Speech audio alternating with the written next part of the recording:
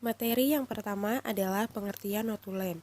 Notulen adalah naskah dinas yang membuat catatan jalannya acara atau kegiatan rapat, mulai dari pembukaan, pembahasan masalah, sampai dengan pengambilan keputusan, serta penutupan.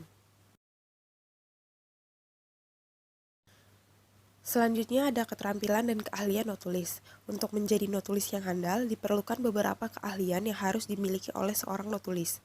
Yang pertama, mendengarkan dan menulis. Mendengarkan dan menulis dengan cepat dan tepat apa yang disampaikan pada sebuah rapat. Yang kedua, memilah dan memilih hal yang penting dan yang tidak penting. Seorang notulis harus mencatat atau menulis bagian-bagian yang penting saja. Yang ketiga, memiliki konsentrasi yang tinggi. Seorang notulis harus memiliki konsentrasi yang tinggi karena seorang notulis harus mendengarkan apa yang disampaikan dalam sebuah rapat, kemudian mencatatnya. Yang keempat, menulis cepat. Selain memiliki keterampilan untuk mendengarkan, seorang notulis juga harus memiliki keterampilan menulis cepat apa yang disampaikan dalam sebuah rapat, sehingga semua informasi dapat tercatat dengan baik. Yang kelima, bersikap objektif dan jujur. Bersikap objektif dan jujur itu artinya tidak boleh ada gagasan-gagasan tambahan dari seorang notulis yang dimasukkan ke dalam notula. Isi dari notula adalah murni pembicaraan dalam sebuah rapat tersebut. Yang keenam, menguasai teknis baku dan menguasai materi pembahasan. Yang ketujuh, mengetahui dan memenuhi kebutuhan pembaca notula. Yang kedelapan, menguasai metode pencatatan secara sistematis, di mana seorang notulis harus mencatat dari awal hingga akhir kegiatan rapat tersebut. Yang kesembilan, menguasai metode pengolahan data. Yang kesepuluh, menguasai berbagai hal yang berhubungan dengan rapat. Dan yang terakhir, menyimpulkan hasil rapat. Seorang notulis harus mampu menyimpulkan informasi-informasi yang disampaikan dalam sebuah rapat dari awal hingga akhir secara ringkas. Selanjutnya ada fungsi-fungsi notulen rapat. Yang pertama, sebagai alat bukti. Apabila ada suatu kasus, maka notula dapat digunakan sebagai bahan pembuktian di pengadilan. Sebagai contohnya adalah pendaftaran suatu organisasi atau penutupan suatu organisasi. Yang kedua, sebagai informasi untuk peserta rapat yang tidak hadir.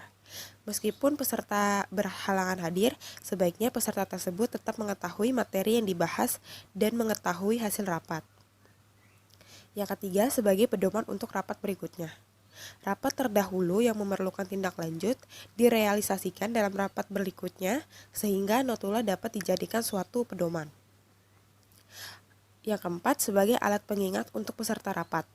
Biasanya setelah pembukaan rapat dibacakan notula rapat sebelumnya sehingga dapat mengingatkan para peserta rapat. Yang kelima, sebagai dokumen. Notula sebagai dokumen harus disusun dengan rapi menurut kronologis dan dijilid secara rapi lalu kemudian disimpan dengan baik sesuai dengan sistem pengarsipan. Yang keenam, sebagai alat untuk rapat semu. Yang dimaksud dengan rapat semu adalah rapat yang tidak pernah dilaksanakan atau rapat fiktif.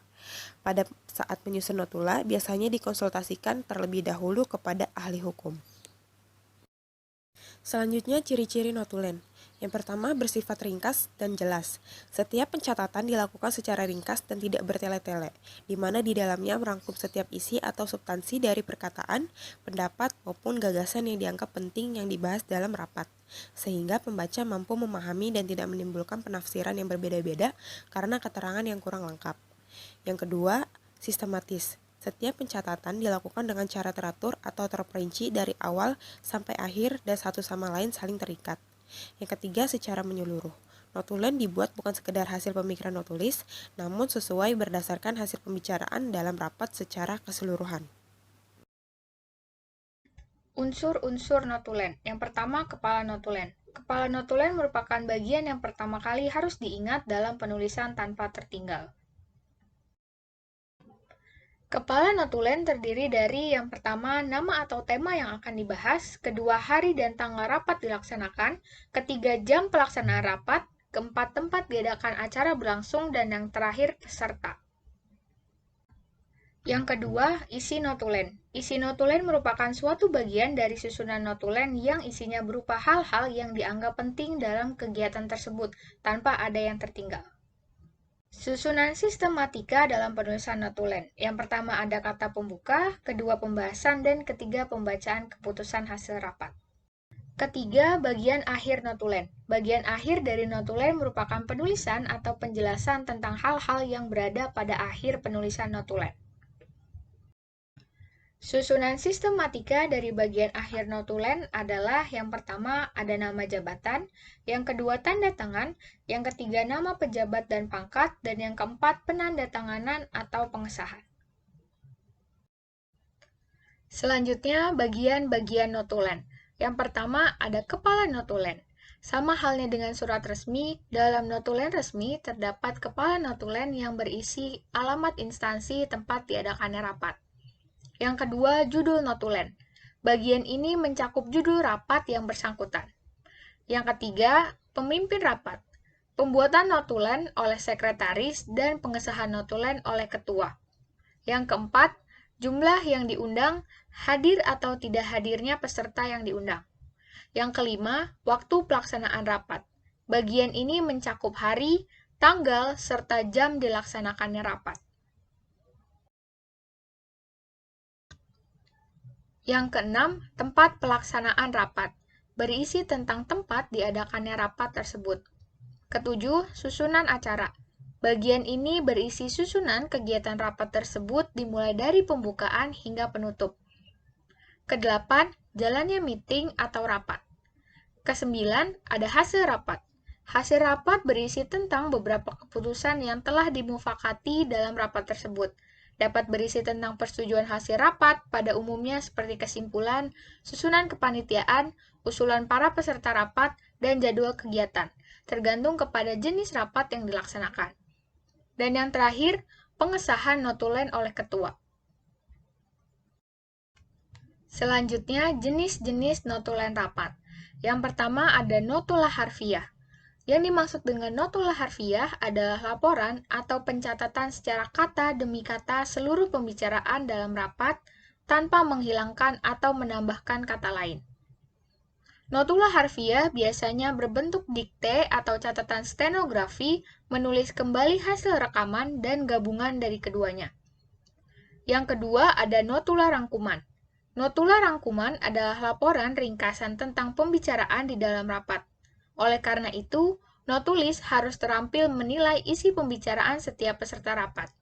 Notulis juga harus memilah dan memilih setiap pembicaraan. Terdapat beberapa cara dalam penyiapan notulen. Yang pertama adalah notulen rangkuman atau lengkap. Dalam penyiapan notulen rangkuman, tentukanlah terlebih dahulu jenis catatan yang akan dibuat pada setiap rapat.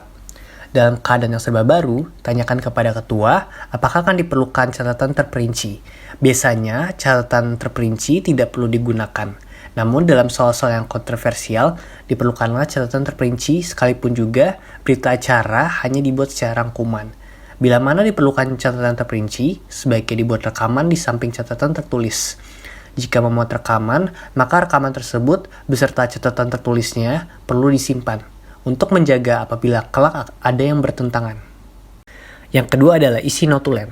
Notulen harus memuat segala pokok penting yang telah dibicarakan dalam rapat bersangkutan. Lebih baiknya dibuat catatan yang berlebihan daripada catatan yang terlalu singkat. Notulen harus memuat data sebagai berikut. Yang pertama adalah data rapat seperti tanggal, jam, tempat, sifat rapat, dan siapa ketua rapatnya. Kedua, anggota pengurus dan anggota biasa yang hadir dan yang tidak hadir. Ketiga, pengesahan atau ralat notulen rapat sebelumnya. Keempat, keputusan mengenai mata acara yang belum dibicarakan dalam rapat sebelumnya. Kelima, laporan para penjabat dan panitia. Keenam, segala mata acara baru yang diselesaikan dibicarakan, termasuk berbagai macam usul dan resolusinya. Ketujuh, penunjukan anggota panitia. Kedelapan, pemilih pengurus atau penjabat. Dan yang terakhir adalah penutup. Yang ketiga adalah rangkuman pembicaraan. Menurut buku Rules of Order, karangan Robert, seorang ahli dalam tata cara rapat, notulen hanya mencatat keputusan yang diambil berkenan dengan suatu soal. Namun, dalam rapat-rapat panitia yang rutin, seringkali dibuat rangkuman dari pembicaraan-pembicaraan yang penting. Biasanya dibuat catatan yang lengkap selama pembicaraan berlangsung. Namun, rangkuman yang dibuat dalam notulen dapat ditulis secara ringkas mengenai mereka yang menyatakan pendapat tentang soal-soal yang penting. Laporan lengkap bendahara biasanya dimuat atau dilampirkan dalam berita acara. Laporan-laporan lainnya yang dibuat secara lisan dapat dirangkum dalam notulen. Yang keempat adalah usul-usul atau mosi. Setiap usul harus dicatat oleh seorang notulis, termasuk data sebagai berikut. Yang pertama adalah nama anggota yang mengajukan usul. Kedua, susunan dan ungkapan usulnya. Ketiga, nama anggota yang menunjang usulnya. Dan yang keempat, hasil penghutang suara. Dalam catat hasil penghutang suara, biasanya boleh sekedar mencatat jumlah suara yang mendukung dan yang menolak. Ataupun dapat menyebut nama anggota yang memberi dukungan dan yang menolaknya. Yang kelima adalah resolusi dan petisi.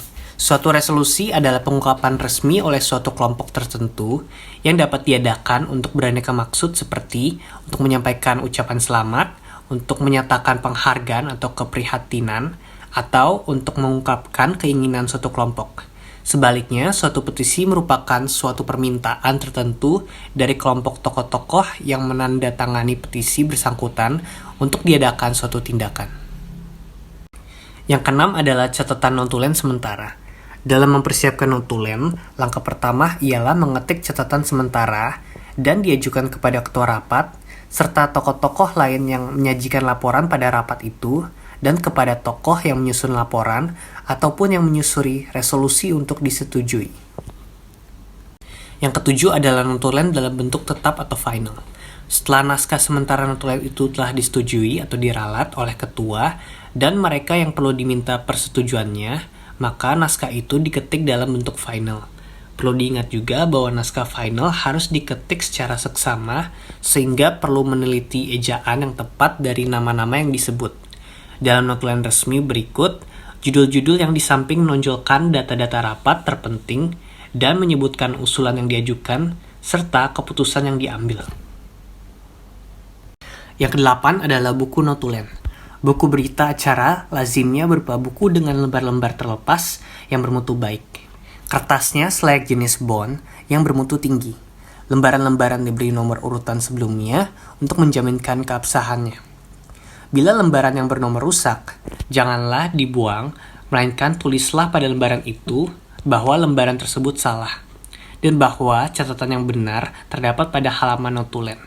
Notulen perseroan dapat digabungkan dalam satu jilid disertai salinan otentik dari anggaran dasar dan anggaran rumah tangga perseroan. Notulen dari berbagai jenis rapat dapat disusun menurut urutan sebagai berikut. Yang pertama adalah notulen pendiri perseroan dan notulen rapat organisasi lainnya. Kedua, semua berita acara dari rapat-rapat pemegang saham. Dan yang terakhir, semua berita acara dari rapat dewan direksi. Dan yang kesembilan adalah meralat notulen. Notulen suatu rapat dapat disahkan dengan mosi pada rapat berikutnya. Bila diperlukan ralat pada notulen, maka ralatnya dibuat pada rapat berikut itu dan dicatat pada notulen tersebut. Untuk ralat kecil-kecilan, cukup bagian yang salah diberi goresan garis halus, lalu perbaikannya dibubuhkan di atas bagian yang diralat. Untuk ralat besar-besaran, revisinya diketik pada lembaran tersendiri yang ditangani oleh ketua dan sekretaris, lalu dilampirkan pada halaman terakhir notulen tersebut. Sebutkan perubahan itu dengan membubuhi acuan kepada lembaran ralat di bagian yang salah pada notulen aslinya. Materi terakhir adalah langkah-langkah dalam penulisan notulen. Terdapat beberapa hal yang perlu diperhatikan. Yang pertama, sediakan alat tulis, kertas, dan penghapus. Untuk saat ini, sudah umum sekali digunakan personal komputer ataupun notebook dalam penulisan notulen. Hal ini akan memudahkan notulis karena tidak perlu menulis kembali pada komputer. Kedua, sediakan kaset rekaman bila terdapat pembicaraan yang tidak dapat ditulis. Ketiga, pahami prosedur rapat sebelum rapat dimulai. Keempat, sediakan buku-buku referensi yang menunjang materi. Jadi, dengan adanya langkah-langkah membuat notulen yang terstruktur, maka seorang notulis tidak akan lagi merasa kebingungan atau kesulitan dalam mencatat setiap kegiatan yang sedang berlangsung. Segala sesuatu yang dipersiapkan secara baik dan terstruktur, maka akan baik pula hasil yang didapatkan. Begitupun dengan menulis notulen rapat, penulisan yang sistematis akan menghasilkan sebuah pekerjaan yang baik. Sekian video pembelajaran yang kami sampaikan. Kurang lebih mohon maaf. Wassalamualaikum warahmatullahi wabarakatuh.